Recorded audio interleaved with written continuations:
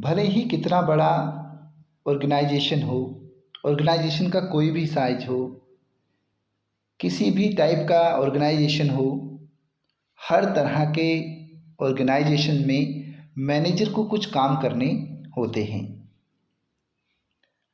Management में manager कौन कौन से कामों को करता है, आज ही हम अपनी क्लास में पढ़ने वाले हैं। Good morning all of you. आज हम फंक्शंस ऑफ मैनेजमेंट पढ़ने वाले हैं।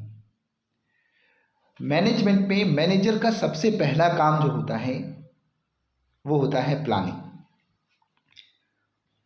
कोई भी ऑर्गेनाइजेशन क्या करना चाहता है, सबसे पहले इसके लिए डिसाइड करना होता है, अपने ऑब्जेक्टिव सेट करने होते हैं कि करना क्या है। कोई भी ऑर्गेनाइजेशन किस लाइन पर इन्वेस्टमेंट करना चाहता है, उसके ऑब्जेक्टिव्स क्या होंगे जिनके लिए वो काम करेगा। तो इसमें सबसे पहला फंक्शन है मैनेजमेंट का, वो है प्लानिंग। हम ये पहले ही पढ़ चुके हैं कि मैनेजमेंट जो है वो इंडिविजुअल एक्टिविटी नहीं है, बल्कि एक ग्रुप ऑफ एक्टिविटी है जिसमें कई सारे वर्कर्स होते हैं, कई सारे मैनेजर्स उसमें होते हैं। Planning is always the first function performed by every manager. यानी किसी भी साइज का ऑर्गेनाइजेशन हो, किसी भी नेचर या टाइप का ऑर्गेनाइजेशन हो, हर मैनेजर को कुछ बेसिक फंक्शंस करने पड़ते हैं। उन बेसिक फंक्शंस में भी पहला फंक्शन होता है प्लानिंग करना। हर मैनेजर को प्लानिंग करनी पड़ती है।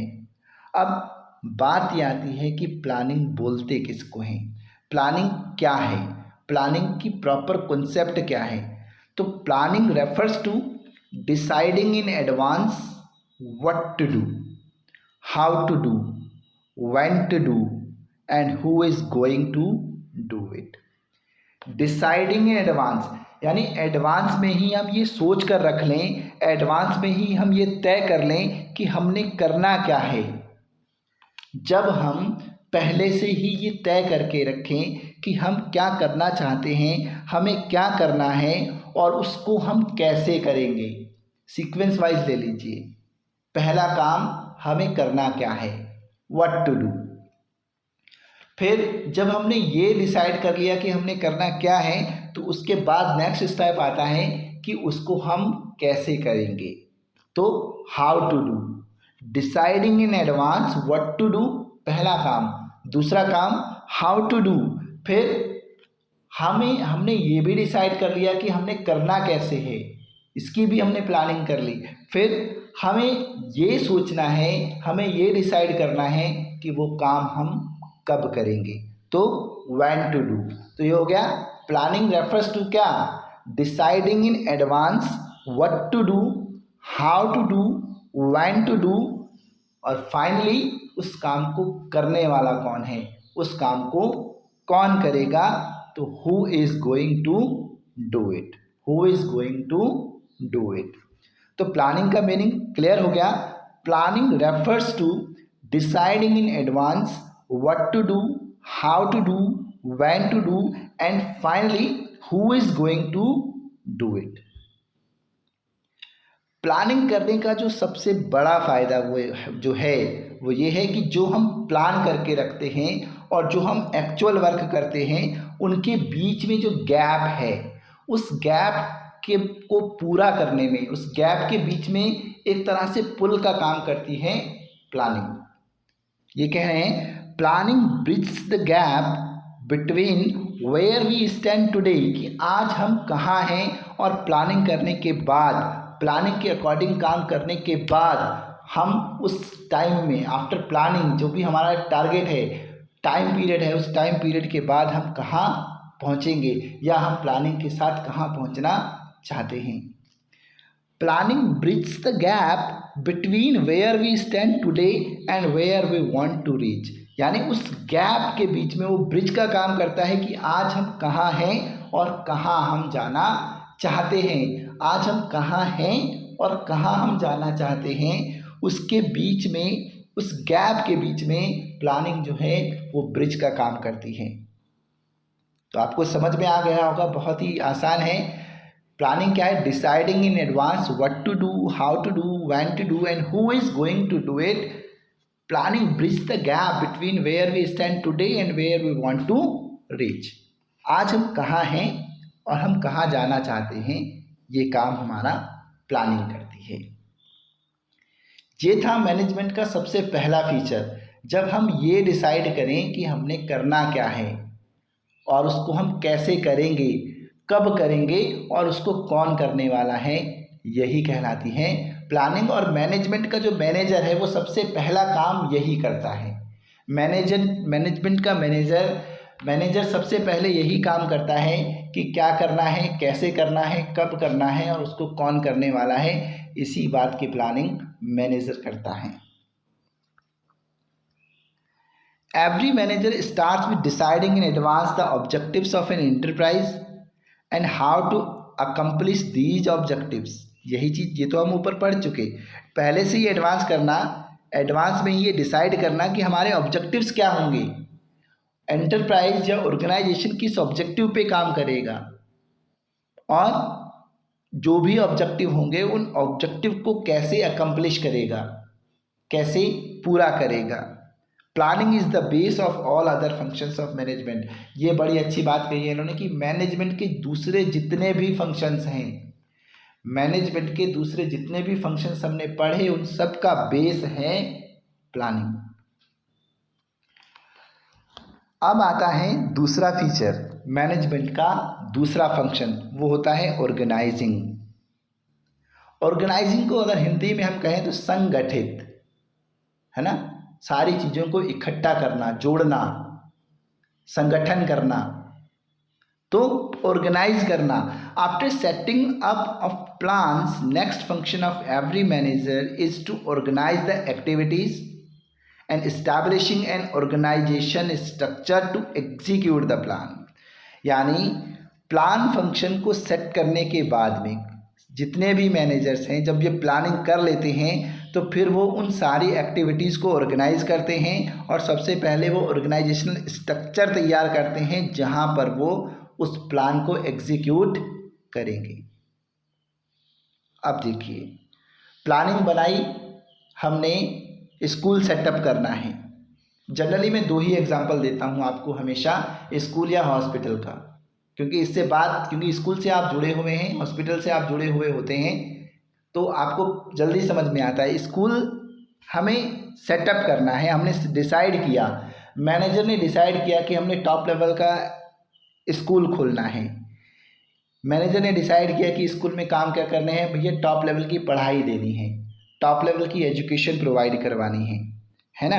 फिर अब पढ़ाई हम कहाँ करवाएंगे, उसके लिए ऑर्गेनाइजेशनल स्ट्रक्चर को खड़ा करना पड़ेगा। यानी हमें बिल्डिंग बनानी पड़ेगी, उससे रिलेटेड एक्टिविटीज़ करनी पड़ेंगी, टीचर्स रखने पड़ेंगे। तो जो भी एक्टिविटीज़ हैं, ऑर्गेनाइजेशन की जितनी भी एक्टिविटीज़ होंगी उन सबको ऑर्गेनाइज करना, फिर ऑर्गेनाइजेशन स्ट्रक्चर को खड़ा करना ताकि हम प्लान को एग्जीक्यूट कर सकें, जो प्लान हमने बनाए हैं उसको हम चला सकें। Setting up organisational structure means deciding the framework of working, how many units, sub units and departments are needed, है ना। अब यहाँ सेटिंग अप ऑर्गेनाइजेशनल स्ट्रक्चर का मतलब इन्होंने क्या दिया है, setting up organisational structure means deciding the framework of working, यानी काम करने का फ्रेमवर्क तैयार करवाना कि उस ऑर्गेनाइजेशन स्ट्रक्चर में कितने यूनिट्स होंगी, कितनी सब यूनिट्स होंगी और कितने डिपार्टमेंट्स की जरूरत होगी, है ना। Organisational structure means deciding the framework of working, how many units and sub units और departments are needed, how many post and designations are needed, यानी उनमें, उन यूनिट्स में, उन डिपार्टमेंट्स में, उन सब यूनिट्स में कितनी पोस्ट पे काम होने वाला है या कितनी पोस्ट की हमें ज़रूरत होगी। How to distribute the authority and responsibility among different people, यानी अलग अलग लोगों को किस तरह से हम अथॉरिटी और रिस्पॉन्सिबिलिटी बांटेंगे। Once these decisions are taken the organisational structure get setup.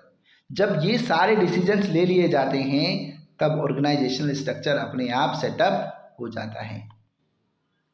अब ऑर्गेनाइजिंग से आपको समझ में आ गया होगा। प्लानिंग करने के बाद में दूसरा फंक्शन जो मैनेजर का होता है कि जितने भी एक्टिविटीज़ होती हैं ऑर्गेनाइजेशन में उनको करना, ऑर्गेनाइजेशनल स्ट्रक्चर को खड़ा करना, ताकि जो प्लान हमने बनाया है उस प्लान को हम एग्जीक्यूट कर सकें। और ऑर्गेनाइजेशनल स्ट्रक्चर का मीनिंग क्या होता है कि पहले से डिसाइड करना कि जो वर्कर काम करेंगे उनका फ्रेमवर्क क्या होगा।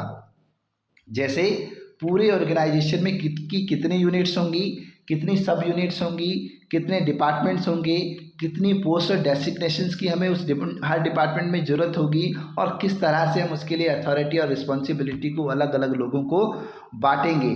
जब ये सारे डिसीजंस ले लिए जाते हैं तो आप समझ लीजिए ऑर्गेनाइजेशनल स्ट्रक्चर सेटअप हो गया और हमने ऑर्गेनाइजिंग का काम भी ओवर कर दिया। तो दो फंक्शन हमने पढ़े मैनेजमेंट के। पहला फंक्शन हमने पढ़ा प्लानिंग, पहला फंक्शन हमने मैनेजमेंट का पढ़ा प्लानिंग, दूसरा फंक्शन हमने मैनेजमेंट का पढ़ा ऑर्गेनाइजिंग। अब तीसरा फंक्शन आता है स्टाफिंग। अब आप इस चीज़ को समझिए, पहला हमने फंक्शन पढ़ा मैनेजमेंट का, पहला फंक्शन हमने पढ़ा प्लानिंग। यानी प्लानिंग मीन्स क्या, what to do. Planning means क्या, what to do. Organising means क्या, हाउ टू डू, हम कैसे करेंगे, कितनी पोस्ट इसमें होंगी, कितनी सब यूनिट्स होंगी, कितनी यूनिट्स होंगी, कितने डिपार्टमेंट्स होंगे, किसको कौन सी अथॉरिटी देंगे, कितनी रिस्पॉन्सिबिलिटी किसी को बांटेंगे, हाउ टू डू। स्टाफिंग, और स्टाफिंग क्या, who is going to do it.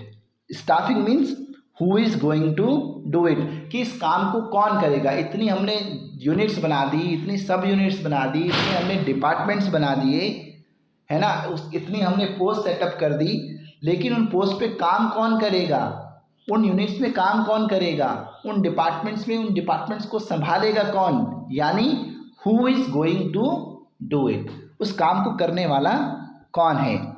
तो इसके लिए तीसरा फंक्शन बनता है staffing. Staffing is the third step और function of a manager.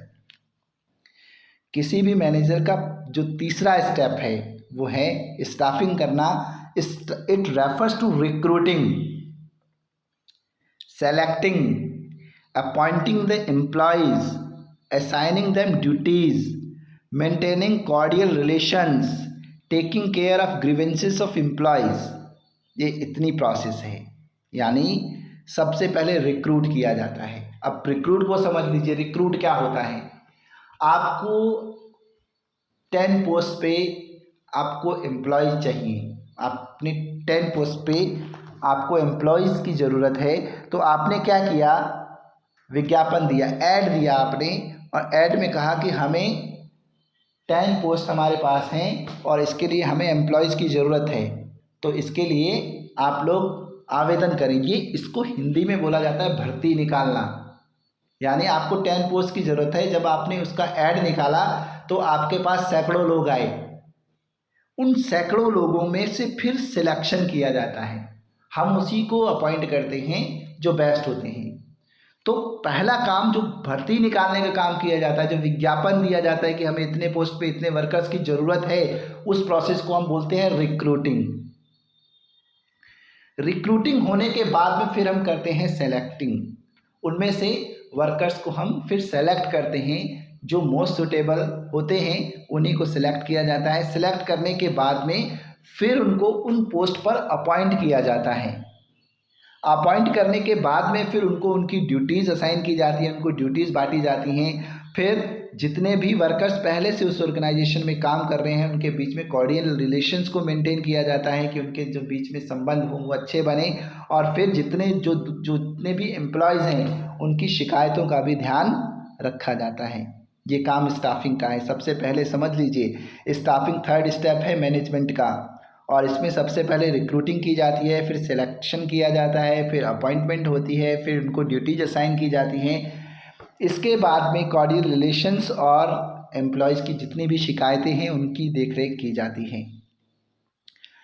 Staffing का काम यहीं पर ख़त्म नहीं होता है, स्टाफिंग का काम और भी है। स्टाफिंग का काम ये भी है, it also includes training and development of the employees, यानी जो वर्कर्स ट्रेंड नहीं है उनको ट्रेनिंग देने का काम भी स्टाफिंग का है, उनका डेवलपमेंट करने का काम भी स्टाफिंग का है। फिर अगर वो जॉब कर रहे हैं, जितने वर्कर्स को हमने अपॉइंट किया है, तो उनकी सैलरी को फिक्स करना भी स्टाफिंग का काम है, उनको कितना रेम्यूनरेशन देना है ये काम भी स्टाफिंग में है। फिर उनका प्रमोशन करना है। कई बार अब एम्प्लॉयज़ बहुत अच्छा जॉब करते हैं, अच्छा जॉब परफॉर्म करते हैं, तो उनको प्रमोट भी किया जाता है। उनका प्रमोशन करने का, उनकी सैलरी इंक्रीमेंट का काम भी स्टाफिंग ही करता है। लेकिन प्रमोशन और इंक्रीमेंट करने का काम किस बेस पर होता है, उस बेस को तैयार करने का काम भी स्टाफिंग ही करता है, जिसमें हम जो भी वर्कर्स ने जिस भी वर्कर ने काम किया उसके परफॉर्मेंस को एवेल्यूट किया जाता है। फिर उनके पर्सनल रिकॉर्ड्स को रखा जाता है, ये चेक किया जाता है कि पिछले टाइम में इनका काम कैसा रहा, अगर आगे हम इसको प्रमोट करें तो किस बेस पर करें। वो बेस भी स्टाफिंग की वजह से ही होता है। तो ऑर्गेनाइजेशन द मैनेजमेंट के 3 फंक्शंस हमने पढ़ लिए। पहला फंक्शन हमने पढ़ा प्लानिंग, व्हाट टू डू। दूसरा फंक्शन हमने पढ़ा ऑर्गेनाइजिंग, हाउ टू डू। तीसरा फंक्शन हमने पढ़ा staffing, who is going to do it. अब फोर्थ फंक्शन आता है डायरेक्टिंग, यानी जितने भी एम्प्लॉयज़ हमने अपॉइंट किए उनसे काम कैसे करवाना है, उसके इंस्ट्रक्शन देने का काम ये डायरेक्टिंग में किया जाता है। Once the employees are appointed, there is need to instruct them and get the work done. किसी भी वर्कर को अगर हम रखेंगे तो उसको इंस्ट्रक्शन तो ज़रूर देंगे कि इस काम को आपने ऐसे करना है, तभी वो काम करेगा। तो काम करवाने के लिए इंस्ट्रक्शन देने की सबसे पहले ज़रूरत पड़ती है जब भी हम किसी एम्प्लॉयज़ को अपॉइंट करते हैं। तो डायरेक्टिंग क्या है, डायरेक्टिंग में क्या क्या चीज़ें आ रही हैं। Directing refers to giving directions और instructions to employees by motivating them, supervising the activities of the employees, communicating with them. अब आप समझिए, डायरेक्टिंग में हम डायरेक्शंस देते हैं या हम एम्प्लॉयज़ को इंस्ट्रक्शन देते हैं, लेकिन ऐसे नहीं, उनको मोटिवेट करके, उनकी एक्टिविटीज़ को सुपरवाइज करके। सुपरवाइज वर्ड को समझें, सुपरवाइज वर्ड बना है सुपरविज़न से। विज़न होता है देखना, सुपरविज़न होता है देखने से भी ऊपर देखना। यानी देखने से भी ऊपर देखने से सेंस ये है कि उसके हिडन पार्ट को भी देखना जो हर किसी को नहीं दिखाई देता। तो सुपरवाइज करना कि अगर ये एक्टिविटीज़ को कैसे कर रहा है, प्रॉपरली कर रहा है नहीं कर रहा, इस एक्टिविटीज़ को करने से क्या नुकसान होंगे, कौन कौन से कॉन्सिक्वेंसेस हो सकते हैं इसके, नेगेटिव कॉन्सिक्वेंसेस कौन कौन से हो सकते हैं इसके। तो मोटिवेट करने के साथ उनकी एक्टिविटीज़ को सुपरवाइज करना, फिर उनसे लगातार बातचीत करते रहना, कम्युनिकेट रखना ताकि कम्युनिकेशन गैप क्रिएट ना हो, इसी को हम डायरेक्टिंग कहते हैं। अब समझ लीजिए डायरेक्टिंग रेफर्स क्या, डायरेक्टिंग मीन्स क्या, गिविंग डायरेक्शंस और instructions to employees. Directing means क्या, अपने एम्प्लॉयज़ को डायरेक्शन देना, दिशा निर्देश देना, इंस्ट्रक्शन देना।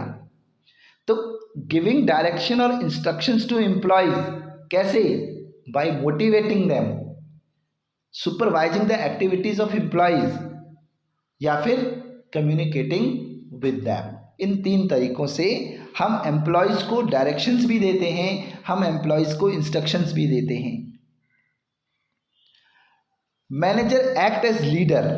अब आप समझिए कि जो डायरेक्शन दे रहा है, जो इंस्ट्रक्शन दे रहा है, वो अपने एम्प्लॉयज़ को मोटिवेट भी कर रहा है, अपने एम्प्लॉयज़ की एक्टिविटीज़ को सुपरवाइज भी कर रहा है, उनसे बात भी कर रहा है। तो ये कौन है, ये काम किसका है, ये काम है लीडर का। तो मैनेजर एक तरह से लीडर की तरह काम करता है, जो बार बार उनको बताता है, जो बार बार अपने वर्कर्स को इंस्ट्रक्शंस देता है, बार बार उनसे बात करता है, उनको मोटिवेट करता है। तो यहाँ पर वो काम किसका कर रहा है, एक लीडर का या फिर एक गाइड का काम कर रहा है, जो उनको सही दिशा में लेकर जा रहा है।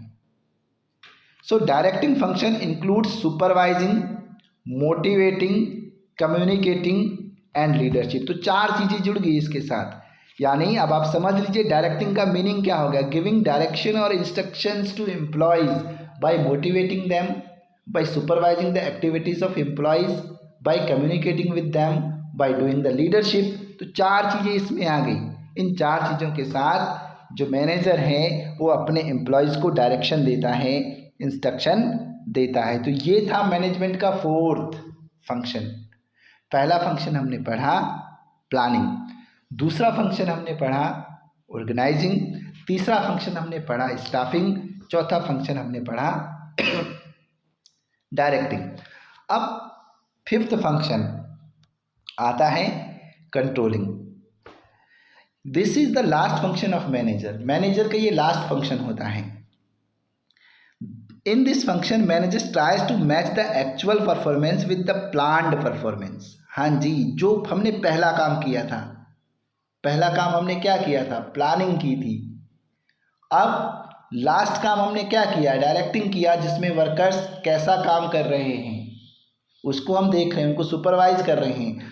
5th काम में क्या है कि जितना काम हमने अपने वर्कर से, अपने एम्प्लॉय से करवाया, जितना वर्क हमने अपने एम्प्लॉय से करवाया, कि क्या वो काम हमारी प्लानिंग के अकॉर्डिंग हुआ है, जितना हमने प्लान किया था उतना परफॉर्मेंस हुआ है या नहीं, उसको हम कंट्रोलिंग से मैच करते हैं। क्योंकि हमने एक बेस बना लिया था। हमने पढ़ा था कि planning is the base of all the functions of management, कि प्लानिंग जो है मैनेजमेंट के दूसरे जितने भी फंक्शंस हैं उन सब का क्या है, बेस है।